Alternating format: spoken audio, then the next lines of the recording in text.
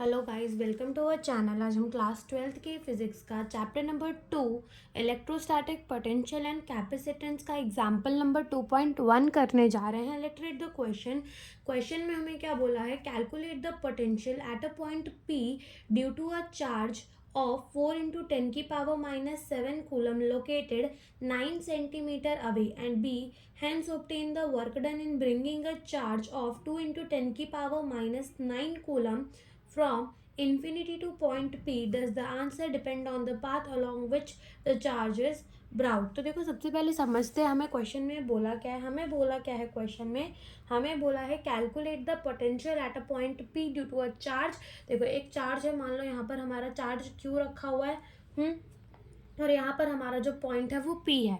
ठीक है, अब ये जो चार्ज एंड पॉइंट के बीच का डिस्टेंस है वो क्या है, कितना है, 9 सेंटीमीटर है। हमें इस पॉइंट P पर क्या बताना है, हमें इस पॉइंट P पर पोटेंशियल कितना है वो हमें यहाँ पर बताना है।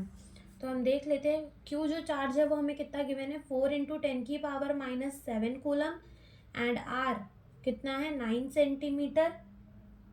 और अगर हम इसे मीटर पे कन्वर्ट करें तो 9 डिवाइड बाय 100 मीटर हो जाएगा। ओके, नाउ पोटेंशियल का अपना फॉर्मूला क्या होता है, पोटेंशियल होता है के क्यू बाय आर। के की वैल्यू कितनी होती है, 9 इंटू 10 की पावर 9। क्यू कितना होता है, 4 इंटू 10 की पावर माइनस 7 अपॉन में आर। आर कितना हो जाएगा, 9 एंड डिवाइड बाय 100।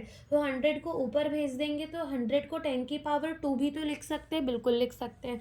अब देखो, 9 में से 9 जो है वो कैंसल हो जाएगा, and v is equals to क्या बचेगा अपना, 4 इंटू, देखो ये 9 प्लस 2 कितना हो जाएगा 11, और 11 माइनस 7 करेंगे तो हमारा कितना आएगा 4। ठीक है, तो 10 की पावर 4 वोल्ट। ठीक है, तो ये हमारा क्या आ गया, पोटेंशियल आ गया एट अ पॉइंट P। तो potential at a point P हमारा कितना आ गया, 4 इंटू 10 की पावर 4 वोल्ट। ठीक है, ये हमारा A पार्ट हो गया।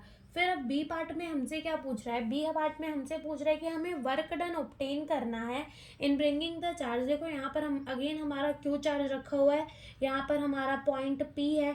अब हम क्या कर रहे हैं, इन्फिनिटी से, ठीक है, इन्फिनिटी से मान लो क्यू डैश चार्ज को इस पॉइंट पर लेकर आ रहे हैं। ठीक है, इन्फिनिटी से क्यू डैश चार्ज को इस पॉइंट पर लेकर आ रहे हैं, तो कितना वर्क डन लगेगा हमसे वो पूछा है।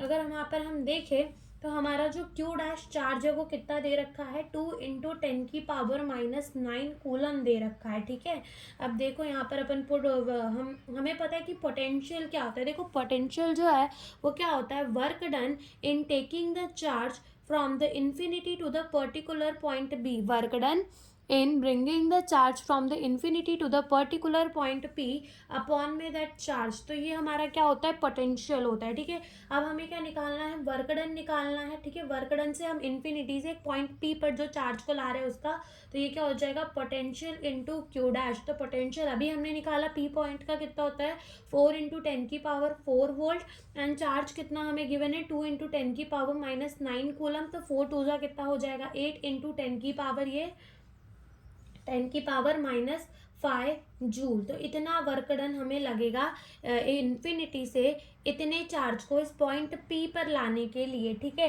अब ये पूछ रहे हैं क्या ये जो आंसर है वो डिपेंड करा पाथ के ऊपर, कहीं पे भी पाथ का जिक्र आया या फिर कहीं पर भी ऐसा लगा कि यहाँ पर ये जो है हमारा आंसर वो डिपेंड कर रहा है पाथ पर, नहीं। क्यों, बिकॉज वर्क डन जो है वो पाथ इंडिपेंडेंट है।